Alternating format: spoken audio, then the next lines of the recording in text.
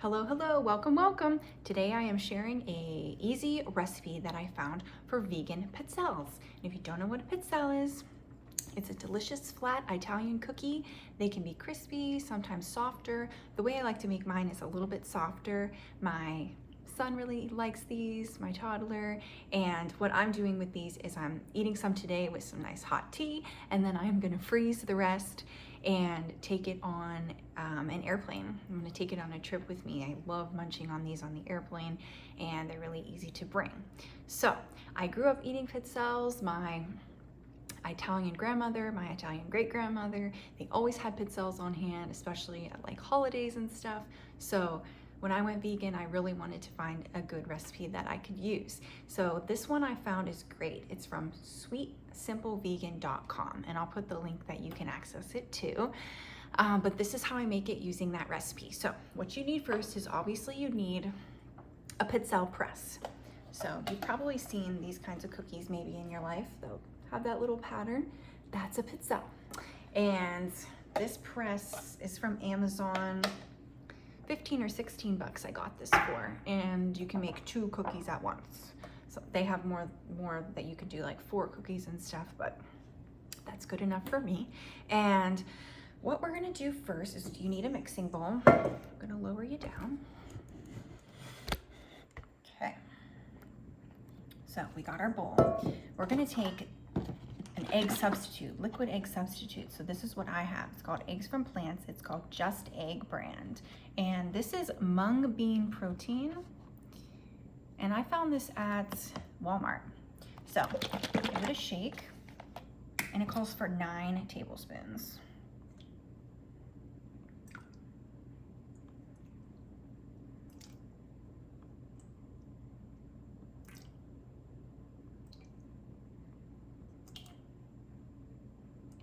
Okay, I think I counted 9. And we are going to, can you see that? We are going to whisk into the liquid egg, or you could use a beater. We're gonna do 3/4 cup of sugar. And I've done coconut sugar in these before, and it's really good like that too, but it makes them like a brown color. Today I have this, I just have cane sugar. I'm actually gonna use a little bit, I'm gonna use a little bit less than 3/4 of a cup. I don't really need them that sweet. So, I'm gonna do like that. Because I remember I made them with this regular sugar, and then I was like, it's really sweet. I don't need them that sweet. So then I did the coconut sugar, and it was just as good. So beat it up, get it incorporated.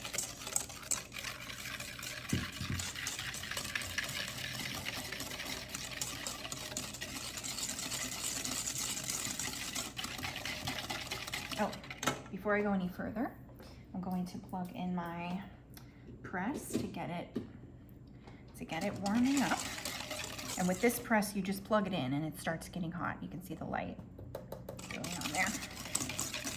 There's not like a switch, you know? All right, we got our liquid egg and sugar mixture.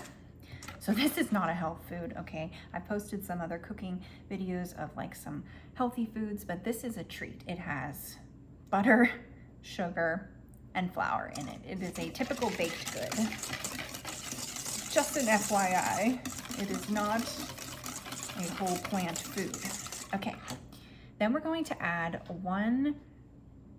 they say a 1/2 cup, but that is 1 stick of plant butter. So this is what I use, Country Crock plant butter. And you can see on there that a 1/2 cup right there would be a whole stick. And they want it melted. So we got it melted here, pouring it right in. Okay. And we need 1 tablespoon of vanilla.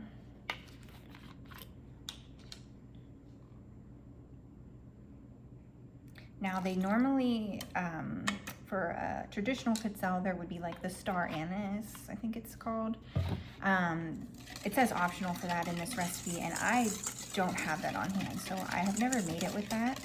But if you really love anise flavor, which I like it, I just never have it, you could definitely make yours with that in it. I don't think you're supposed to add it just yet though, so you'll have to tune into the website to know when to add your star anise. All right, I got that all nice and mixed. Now they say sift. I think I made it without sifting, but I have like this sifter that my mother-in-law got for me, so we'll just try that out.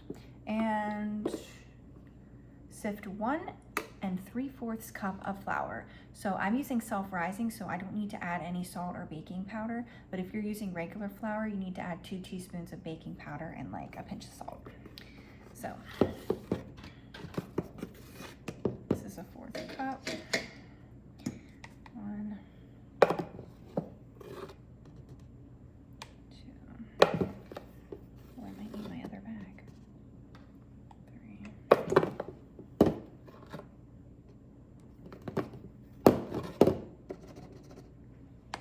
Okay, that's a cup.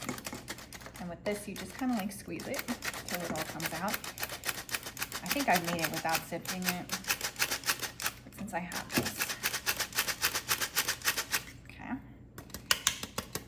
What did I say was that? Cup?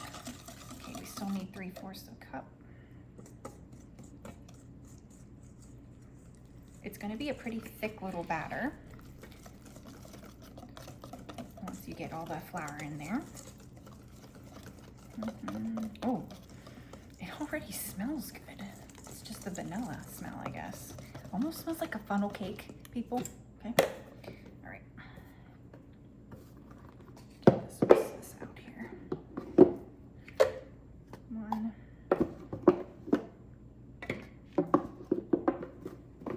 Whoa. Puffed at me. Okay. I don't know why, I was just so in the mood for these today. Okay.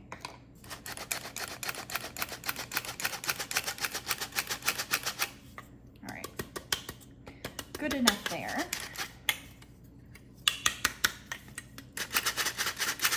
All right.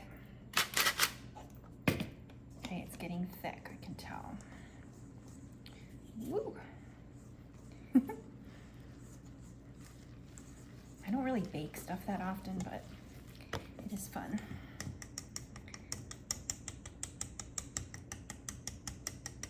And these freeze really well, like I said. Oh, see, it's thick. Yep, it's gonna work just fine. You need the tiniest little bit, honestly, to press it into the mold.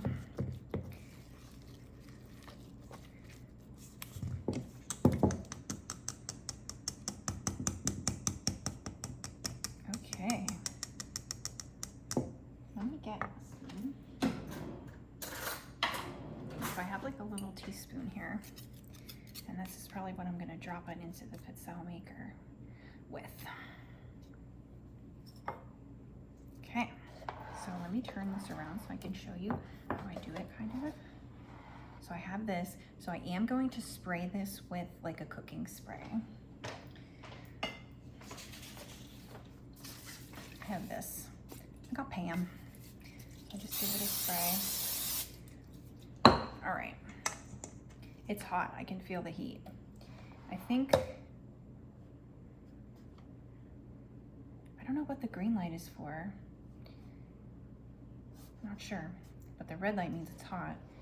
I thought it was supposed to go green when it was at temp, but it seems hot enough to me. We're gonna go for it.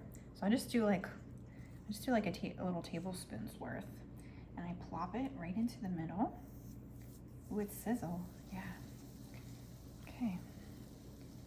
I'd rather them be too small than like ooze out of the sides, but it's happened. Mine never look perfect, but they taste great. So you're gonna press it down for like 30 to 60 seconds, depending on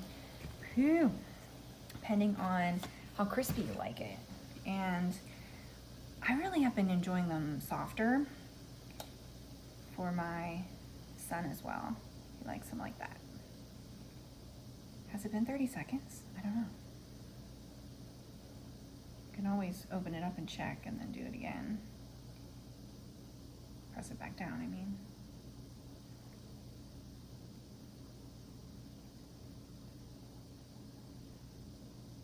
Okay, I'm gonna go for it.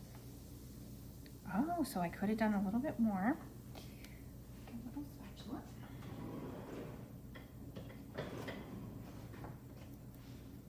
But here you have it, peeps. A little pizzelle. So it's got that pattern on one side and that one on the other. Same thing with this one. That one was starting to brown a little, but they're like flimsy, they're like soft. So I have some parchment paper back here. I'm just gonna lay them out on the parchment and we'll go for it again. Let's see if it burns without spraying. I'm curious, because I can't remember if I've sprayed in between each or not. Let's do a little bit more. Ooh, I can't wait to eat these. If you get a pizzelle maker, you will be inspired to make pizzelles all the time because it's just fun. It's really fun and so effortlessly cute. The star shape.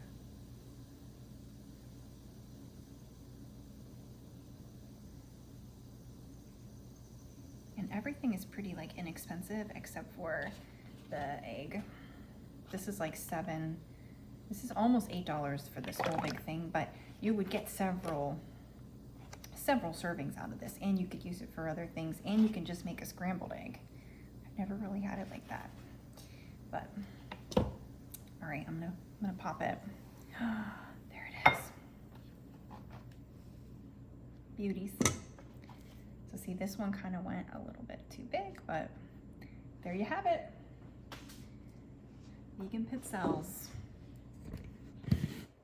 Easy peasy. All right, toodaloo.